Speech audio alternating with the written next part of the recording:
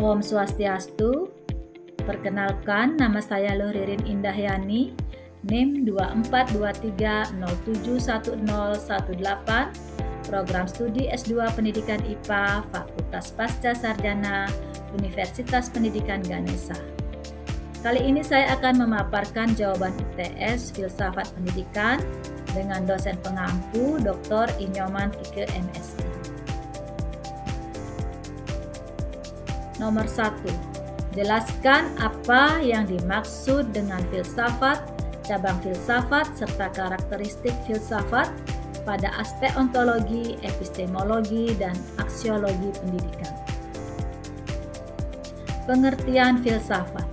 Filsafat adalah studi mendasar tentang alam semesta sebagai upaya manusia untuk memahami, merenungkan, dan mencari kebenaran tentang realitas, pengetahuan, dan nilai-nilai dengan tujuan mencari jawaban yang rasional dan logis. Cabang filsafat. Cabang filsafat adalah bidang studi yang lahir dari upaya manusia untuk memahami aspek-aspek fundamental kehidupan, pengetahuan, dan realitas. Cabang filsafat ada 3 aspek utama. Yang pertama, ontologi dalam pendidikan. Pada aspek ini memberikan landasan tentang apa yang ingin dicapai dalam pendidikan, seperti membahas tentang hakikat pendidikan. Yang kedua, epistemologi dalam pendidikan. Pada aspek ini membahas tentang bagaimana tujuan tersebut dapat dicapai, seperti cara memperoleh pengetahuan. Yang ketiga, aksiologi dalam pendidikan. Pada aspek ini membahas tentang kerangka nilai untuk membimbing proses pendidikan. Karakteristik filsafat. Karakteristik filsafat adalah sifat unik filsafat sebagai disiplin ilmu dengan tujuan memahami hakikat, realitas, pengetahuan, dan nilai-nilai secara mendalam. Karakteristik filsafat utamanya yaitu bersifat universal, kritis dan reflektif, sistematis, spekulatif, dan rasional. Soal nomor 2. Jelaskan makna filsafat sebagai inspirasional, preskriptif, dan investigatif, kaitannya dengan perkembangan dunia pendidikan. Filsafat sebagai inspirasional dalam pendidikan. Filsafat memiliki fungsi sebagai sumber inspirasi dan kreatif, menginspirasi tujuan pendidikan, mendorong inovasi pedagogis, serta membentuk nilai-nilai pendidikan. Filsafat sebagai preskriptif dalam pendidikan. Filsafat sebagai pedoman yang bersifat normatif tentang bagaimana pendidikan dilakukan, menentukan tujuan pendidikan, menyusun kurikulum, dan membimbing etika pendidikan. Filsafat sebagai investigatif dalam dunia pendidikan. Filsafat memiliki fungsi sebagai alat investigasi kritis untuk menilai, menganalisis, merefleksikan praktek pendidikan, mengatasi tantangan pendidikan, serta mendorong penelitian pendidikan melalui refleksi filosofis pendidikan. Soal nomor 3. Bedakan dari sudut pandangan kebermanfaatan dalam pengembangan pendidikan dari filsafat idealisme dengan realisme. Filsafat idealisme dalam pengembangan pendidikan memiliki pandangan dasar, menempatkan ide, pikiran, dan nilai-nilai spiritual sebagai realitas yang paling utama. Kebermanfaatannya dalam pendidikan itu fokus pada nilai-nilai moral dan spiritual, kurikulum berbasis humaniora dan seni, pembelajaran bersifat konseptual, pendidikan sebagai proses intelektual. Keterbatasannya, kurang memperhatikan aspek praktis dan pengalaman konkret siswa, tidak memberikan penekanan yang cukup pada pengembangan keterampilan yang relevan dengan kebutuhan dunia nyata. Filsafat realisme dalam pengembangan pendidikan. Memiliki pandangan dasar sesuatu yang bersifat material dan objektif. Kebermanfaatan dalam pendidikan fokus pada fakta dan realitas objektif, kurikulum berbasis ilmu alam dan sains, pembelajaran berbasis pengalaman, pengembangan keterampilan praktis, pendidikan berbasis kebutuhan dunia nyata. Keterbatasannya itu kurang memperhatikan pengembangan nilai-nilai moral dan spiritual yang mendalam, cenderung memandang pendidikan secara mekanistik dan mengabaikan sisi emosional dan estetis. Perbandingan kebermanfaatan. Dari aspek tujuan pendidikan, idealisme ini membentuk manusia bermoral dan bijaksana, sedangkan realisme ini mempersiapkan individu yang pada kehidupan nyata. Dari pendekatannya, idealisme berbasis ide dan nilai universal, sedangkan realisme berbasis pengalaman dan fakta objektif. Aspek kurikulum. Idealisme itu humaniora, seni dan filsafat, sedangkan realisme itu sains, teknologi dan keterampilan praktis.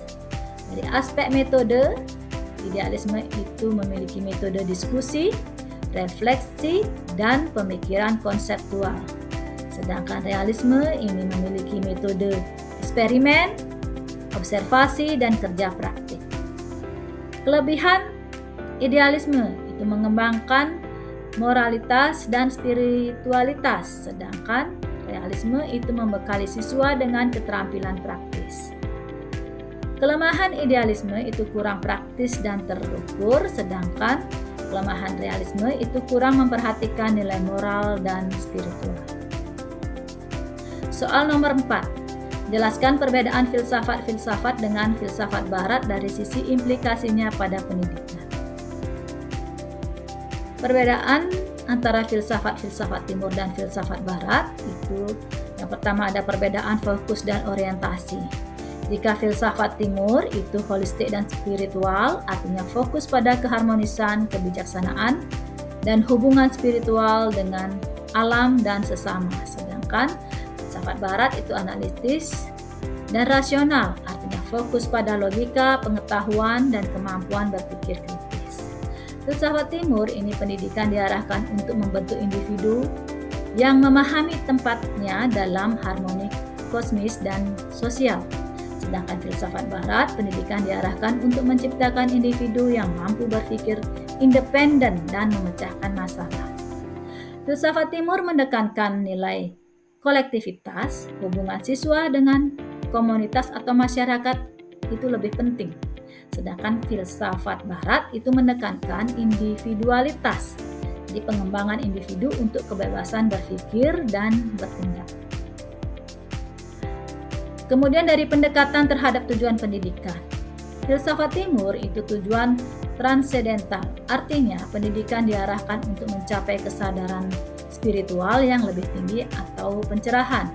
Sedangkan filsafat barat itu tujuannya duniawi, artinya pendidikan berorientasi pada penguasaan ilmu pengetahuan, teknologi, dan kemajuan material. Filsafat timur itu contohnya dalam filsafat Hindu. Pendidikan bertujuan untuk membebaskan diri dari keinginan duniawi dan mencapai pencerahan. Sedangkan contoh filsafat barat itu dalam filsafat barat modern, pendidikan bertujuan untuk memberdayakan manusia melalui rasionalitas dan inovasi. Nilai-nilai pendidikan. Pada filsafat timur itu kesederhanaan dan kebijaksanaan, artinya menekankan pentingnya moralitas, kedamaian batin, dan kebijaksanaan hidup. Filsafat barat itu kritis dan kompetitif, artinya menekankan pentingnya berpikir kritis, inovasi, dan kemampuan bersaing. Jika filsafat timur itu memiliki nilai-nilai seperti kesabaran, hormat kepada guru, dan introspeksi yang sangat ditekankan. Sedangkan filsafat barat ini memiliki nilai-nilai seperti kebebasan berpikir, hak individu, dan kreativitas menjadi prioritas. Kemudian dari metode pengajaran, filsafat timur itu pendekatannya kontemplatif, artinya belajar melalui meditasi, refleksi, atau penghayatan langsung dari guru. Kemudian jika filsafat barat itu pendekatannya rasional dan empiris, artinya belajar melalui diskusi, eksperimen, dan metode ilmiah. Filsafat Timur, itu guru adalah figur spiritual yang dihormati. Peran guru di sini lebih besar, sedangkan filsafat Barat, guru adalah fasilitator yang mendorong siswa untuk berpikir mandiri dan menemukan jawaban sendiri. Pada filsafat Timur, pengetahuan dianggap sakral dan sering disampaikan melalui tradisi lisan atau praktik meditasi. Sedangkan filsafat Barat itu pengetahuan bersifat sekuler dan disampaikan melalui teks, teori, dan eksperimen. Dilihat dari implikasi dan sistem pendidikan, filsafat Timur itu membentuk karakter moral, artinya pendidikan berfokus pada pengembangan moral, kebijaksanaan, dan kedamaian batin. Sedangkan filsafat Barat, penguasaan ilmu pengetahuan dan teknologi yang bertujuan menguasai dunia fisik dan menciptakan kemajuan material. Filsafat Timur, pendidikan sebagai proses transformasi diri, artinya seperti dalam filsafat Taoisme atau Buddhisme, itu pendidikan bertujuan untuk membentuk manusia yang sederhana, seimbang, dan harmonis. Sedangkan filsafat Barat itu pengembangan kritis dan rasionalis. Artinya, pendidikan menekankan pada kemauan analitis, logika, dan kebebasan berpikir. Filsafat Timur, kurikulum berbasis nilai spiritual, artinya mata pelajaran seperti etika, meditasi, seni, dan tradisi lokal menjadi pusat perhatian. Sedangkan filsafat Barat, kurikulum berbasis sains dan teknologi, artinya fokus pada matematika, sains, dan keterampilan teknis yang relevan dengan kebutuhan dunia industri. Soal nomor 5, pragmatisme adalah aliran filsafat yang mengajarkan bahwa kebenaran dari segala sesuatu berdasarkan kepada manfaat yang diberikannya, atau hal ini dinilai dari kebergunaannya bagi tindakan manusia untuk kehidupannya. Bagaimanakah pragmatisme mendorong filosofi yang lebih sukses di zaman modern, khususnya dalam bidang pendidikan? Dan sebutkan siapa-siapa yang mencetuskan filsafat itu. Pengertian pragmatisme. Pragmatisme adalah aliran filsafat yang menempatkan suatu ide pada sejauh mana ide tersebut berguna dalam kehidupan nyata. Filsafat ini tidak hanya memberikan keterampilan praktis kepada siswa, tetapi juga mempersiapkan mereka untuk menjadi pemikir kritis dan inovatif di dunia yang terus berubah. Alasan mengapa pragmatisme berhasil di zaman modern dalam bidang pendidikan ini karena relevansi dengan dunia nyata, pendekatan berbasis pengalaman, fleksibilitas dan penyesuaian, pendidikan sebagai alat untuk perubahan sosial, penekanan pada kolaborasi, mendorong pemecahan masalah dan kreativitas. Tokoh-tokoh penting pragmatisme di sini ada Charles Sanders Peirce, kemudian ada William James dan John Dewey. Terima kasih, salam harmoni, Om Santi Santi Santi Om.